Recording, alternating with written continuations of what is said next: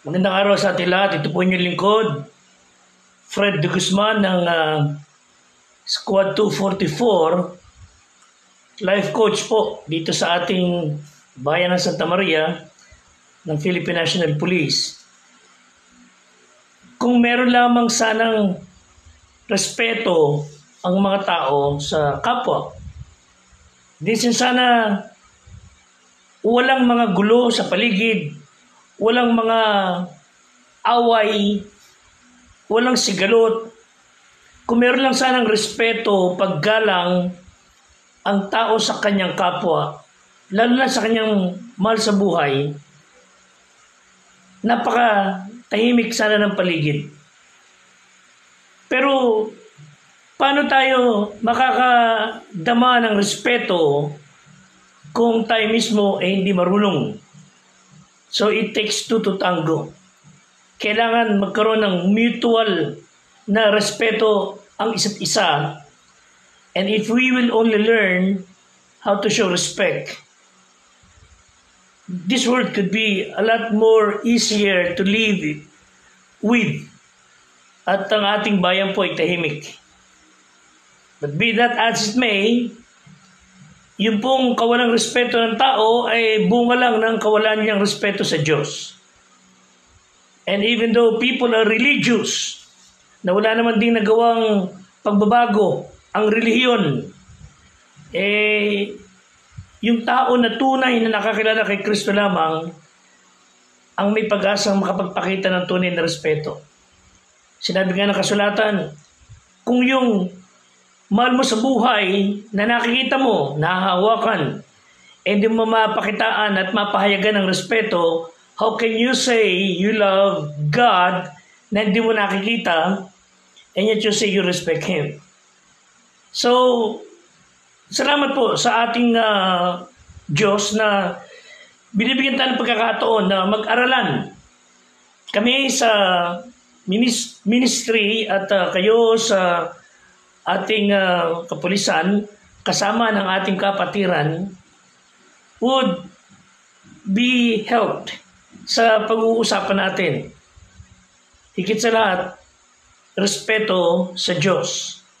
Kapiling po natin ang mga kapatid natin dito sa Bulacan, of course sa buong Pilipinas, and we have brethren and friends watching from China and Canada and even US. Nagagalak po tayo lahat na nagkasama-sama tayo. Kapiling natin si Patrolman John Lloyd Lazaro, si Police Corporal Joderick Benedictus, si Police Staff Sergeant Ryan Garcia, Police Staff Sergeant Adio Burgess, ang aming Assistant Squad Leader na si Police Master Sergeant Will Ray Guillermo, yan din po sa aming Squad Leader na si Police Chief Master Sergeant Sir Joseph Aquino, kasama po ang ating pong ginagalang na Police Major Dale Alan Batle.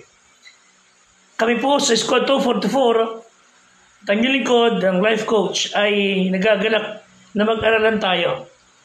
Of course, it's hard to see and show respect, pero hindi po imposible.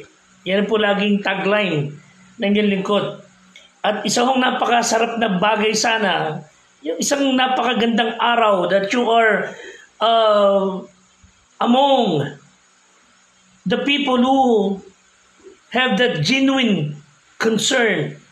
Meron silang genuine love. Una at higit sa lahat sa Diyos. Ang ganung mga uri ng tao, which we truly respect and admire, ay napakadalang makita. Of course, ang ganong pag-ugali ay makikita lang sa mga tunay na mga mananampalataya. Nakilala ang Diyos hindi lamang sa nguso, kilala ang Diyos sa puso. Minam na po yung mga ganong tao at ang sarap kasama na sila nagtataglay ng katangiang meron sa Diyos na inihahayag ng kanilang pag-ugali, which people will respect in return. Eventually, naluluwalhati ating Diyos. Dahil sa kanilang kilos, the way they behave, the way they treat us and others, talagang hindi mo mapigilang masabi salamat sa Diyos. sa ganyang mga tao. Matthew 5:16, sinabi ng Bible, "Let your light so shine before men, that they may see your good works and glorify your Father which is in heaven."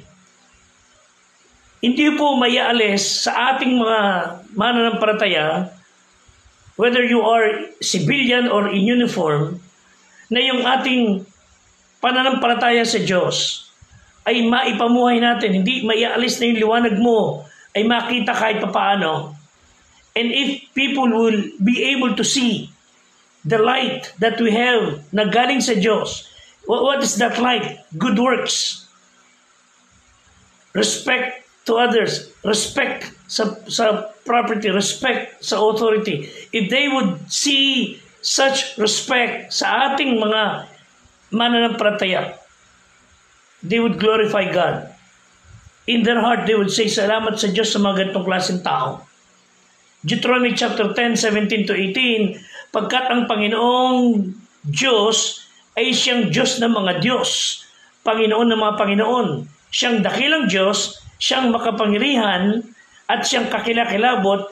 Ang Diyos na yan ay hindi nagtatangi ng tao, ni hindi tumatanggap ng suhol. Kanyang hinahatulan ng matuwid ang ulila at babaeng bao, iniibig ang taga-ibang lupa na binibigyan niya ng pagkain at kasuotan. In short, the God we serve, si Kristo, ay wala ho siyang ini-etsyepwerang mahalin. God so loved the world.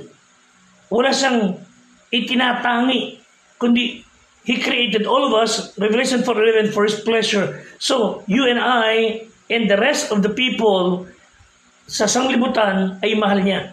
You are special. Tayo po ay kanyang pinagmamalasakitan. At siya po ay hindi kailangang suhulan ni naman for them to be love God more. No, hindi ho. Ang Diyos po ay just. Salamat sa Panginoon. Awit, Kabanatang 29, talatang 1. Sabi ng Bible, O ye mighty, give unto the Lord glory and strength. Give unto the Lord glory due unto His name. So tayo bilang mga may takot sa Kanya, sa Diyos, we should always thank Him. We should always praise Him. We should always glorify Him sa ating pananalita, sa ating pamumuhay. So, we could only do that because we respect Him and we love Him. So, the big question is, how can I show proper respect? How do we know how to give this respect sa ating Diyos? In the first place, siguro mas mainam na pag-usapan natin saglit, how can you respect somebody na hindi mo kilala? How can you respect someone na hindi mo man lang siya naunawaan, lalo ang Diyos? How can a person express their respect sa Diyos na hindi naman nila sinasampalatayanan? Kaya nga po, sa karsada, sa trabaho, whether in authority, whether simpleng manggagawa, nagpapakita ng lahat ng kapaminsalaan, kawalang galang, kawalang pagmamalasakit, because they do not really know the standard na mayroong Diyos na nakatingin, na mayroong Diyos na pagsusulitan natin lahat. Hindi sila aware na isang araw sa buhay nila, Romans 14:12, that we will all be accountable sa Diyos. Wala silang ganong awareness.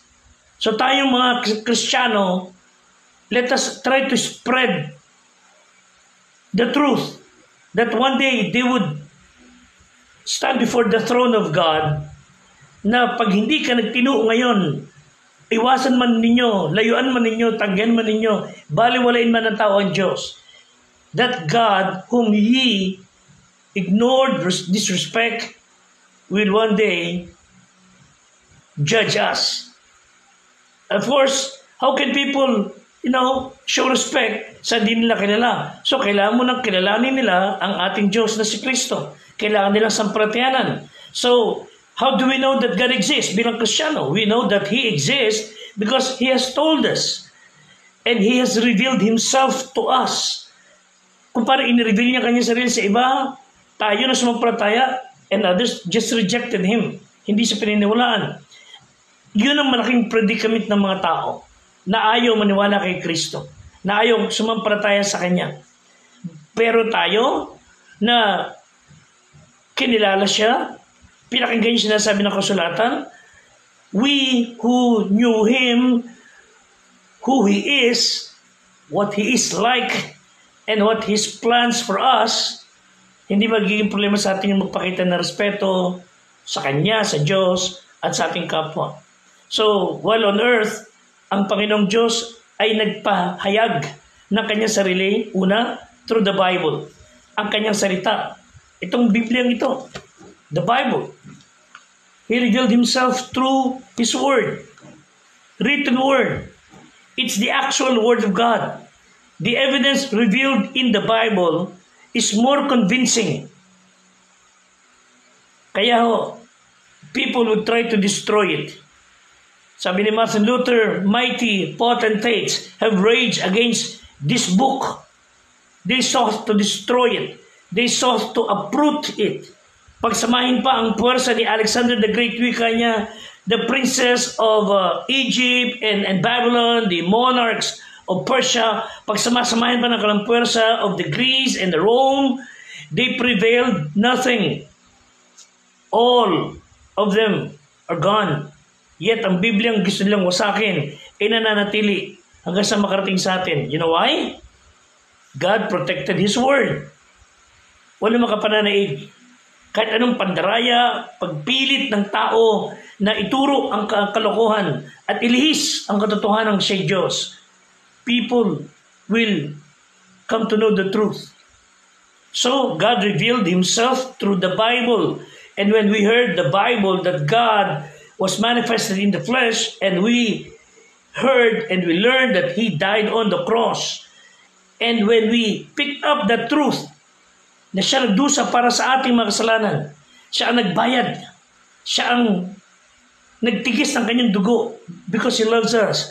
All we need to do is to trust Him. Then we replied, at siya na nakaalam na ating puso, isinugo ang kanyang Espiritu Santo sa ating puso, na siyang pilit na nagbabago na ating buhay. Not only He revealed Himself through the Bible, He revealed Himself, si Kristo, by having the body. We believe that God exists because He was manifested in human flesh. Nagkatawan tao po siya. John 1:1, in the beginning was the Word, and the Word was with God, and the Word was God. Sa verse 14, and the Word was made flesh. Nagkatawan tao po yung Diyos. So anyone who would want to know Him, anyone who would like to see who God is, who God looks like, all they need to do is to look to Jesus. Isaiah 53, verse 2 to 4. Ito po description ni Kristo, hindi tulad ng ipinoportray ng iba na parang hippie, long-haired, na parang walang magagawa, lembot-lembot. No.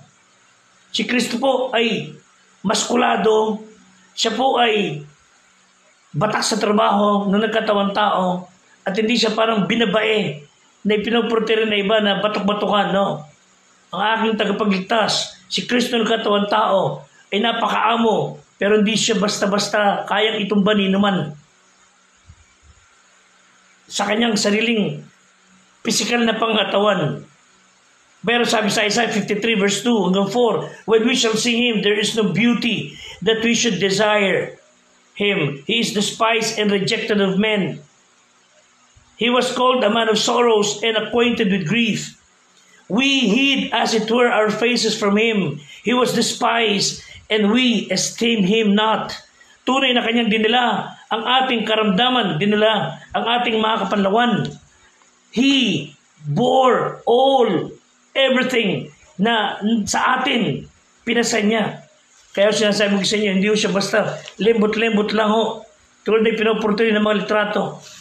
Pinasa niya po ang sala ng mundo.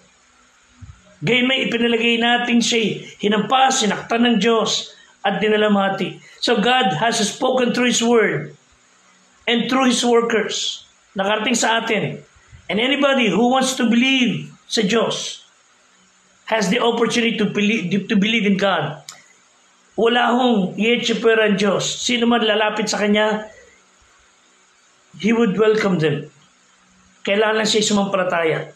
So unbelief is not due to intellectual difficulty. Ang hindi pagkilala ng tao kay Kristo ay it's a matter of moral difficulty. Talagang ayaw niya.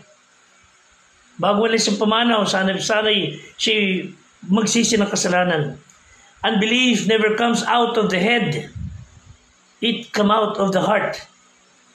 Ang tao na walang respeto sa kapwa, walang malasakit sa kapwa, kundi sarili lang iniintindi niya, ay wala hong respeto sa Diyos. Pag sinabi niyang siya may pagmamahal sa Diyos, and yet yung kanyang mahal sa buhay, yung kanyang kapwa, hindi niya papakataan ng malasakit, siya po nagsisinungaling. Psalm 14 verse 1, the fool had said in his heart, there is no God. Sila nang napapahamak, sila nagsisigawa ng kasuklam-suklam na mga gawa. Walang gumagawa ng mabuti. Sabi ng Bible, the fool had said in his heart. Mula po sa kalooban niya, wala siyang kinikilala kasing Diyos.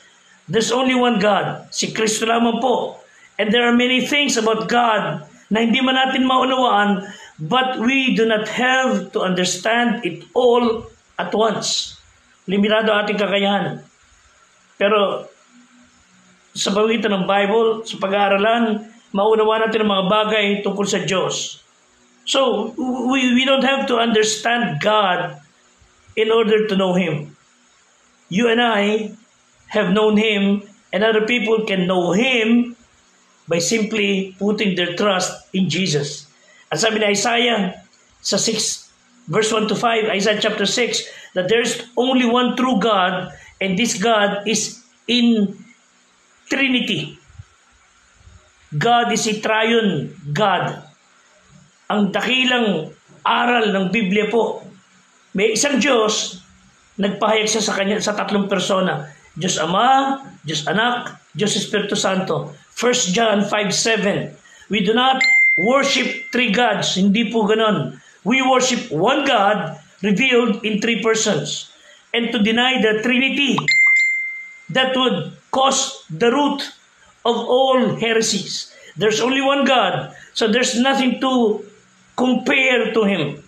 Wala may kumpara sa Kanya. Tingnan po sinabi na Isaiah 40 verse 18. Kanino nga mo itutulad? Kanino mo itutulad ang Diyos?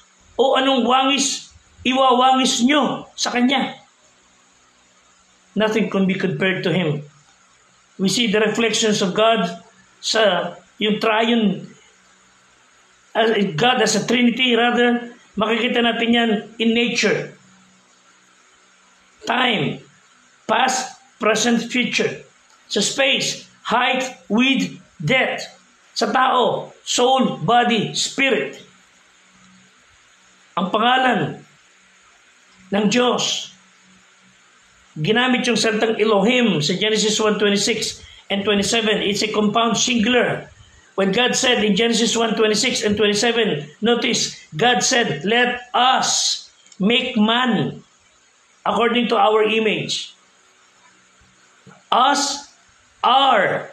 So, nung nilikha ng Diyos ang tao, He was talking to the other two person, the Trinity. God the Father, God the Son, God the Holy Spirit, nag-uusap, let us make man according to our image, after our likeness. And so, sabi sa verse 27, God created man in His. Hindi sinabing in their. Because there's only one God. Hindi natin maunawan kung paano nangyari yun. You just need to believe it. God is one, pero siya nagpahayag sa tatlong persona. Ama, Anak, Espiritu Santo. So who is this God sa iyong buhay? Itong Diyos na ito ay omniscient. He knows everything. This God is omnipresent. He is in everywhere. Hindi mo siya pwede mapagtaguan. And He's omnipotent. He's so powerful. But at the same time, He could live in your heart by faith. Ephesians 3:17. Siya, no ating sinampalatayanan, He became our master. He is our Redeemer. 2 Chronicles 20 verse 6. O Panginoon na Diyos ng aming magulang, di ba ikaw ay Diyos sa langit? Di ba ikaw ay puno sa lahat na kaharian ng mga bansa? At nasa iyong kamay ang kapangyarihan at lakas na ano pat walang makahaharap sa iyo. Yan ang ating Diyos. Walang makahaharap sa Kanya. Walang makadadaig. So God is the great provider. He is the source of all our needs. He cares. Kung ano yung pinagmamalasakitan ninyo. No matter how small our needs, alam ng Diyos. Bago pa ninyo hingin, alam na niya. So, no matter how big our needs, He could provide it ayon sa kanyang kalooban. 2 Chronicles 9:8, sabi po ng Bible, at maaring gawin ng Diyos ng lahat ng biyaya ay sumagana sa inyo upang kayo na merong laging buong kaya sa lahat ay magsisagana sa bawat mabuting gawa. So God can provide all your needs and we in return sasagana sa mabuting gawa. Nawa ang kabutihan ng Diyos sa atin araw-araw ay magtulak sa atin na magmalasakit naman sa kapwa. God has given us air, sunlight, at least good health. Every day, we could breathe. Nakababangon pa tayo. Pasalamat tayo sa Diyos by helping others. Hindi mabuhay sa sarili. At ang nagbibigay ng binhi sa nag-aasik at ng tinapay na pinakapagkain ay magbibigay ng at magpaparami ng iyong binhi. So God would provide so that we will be able to provide for others. Of course, hindi lang siya provider, He is our healer. Siyang ating tagapagpagaling. He can heal not only our physical bodies, higit sa lahat ng ating kaisipan, ang ating puso. He can set us free. God, Jesus Christ, is the only one na magpapalaya sa tao sa lahat ng bisyo, addiction, pagiging makasarili, pagiging ganid, pagiging gahaman sa kapangyarihan, hayok sa material na bagay, maging sa laman. He can mend even broken relationships. Exodus 23:25, at inyong paglilingkuran ang Panginoon yung Diyos at kanyang babasbasan ang iyong tinapay at ang iyong tubig. Aking aalisin ang sakit sa gitna mo, walang babaeng makukunan o magiging baugman sa iyong lupain. Ang bilang ng iyong mga araw ay aking lulubusin. God can provide, God can heal. God can lengthen our life. Jeremiah 30:17, for I will restore health unto thee. I will heal thee of thy wounds, saith the Lord. Psalm 147:3, kanyang pinagagaling ang mga may bagbag na puso. Tinatalian niya ang kanilang mga sugat. He is the healer. And the challenge is, respect Him. So how can we respect Him? Respect those who are around you. John 15:15, hindi ko na kayo tatawaging mga alipin, pagkat di nalalaman ng alipin kung ano ang ginagawa ng kanyang Panginoon. Ngunit, wika ng Bible, John 15:15, tinatawag ko kayong mga kaibigan. Ang sarap nun.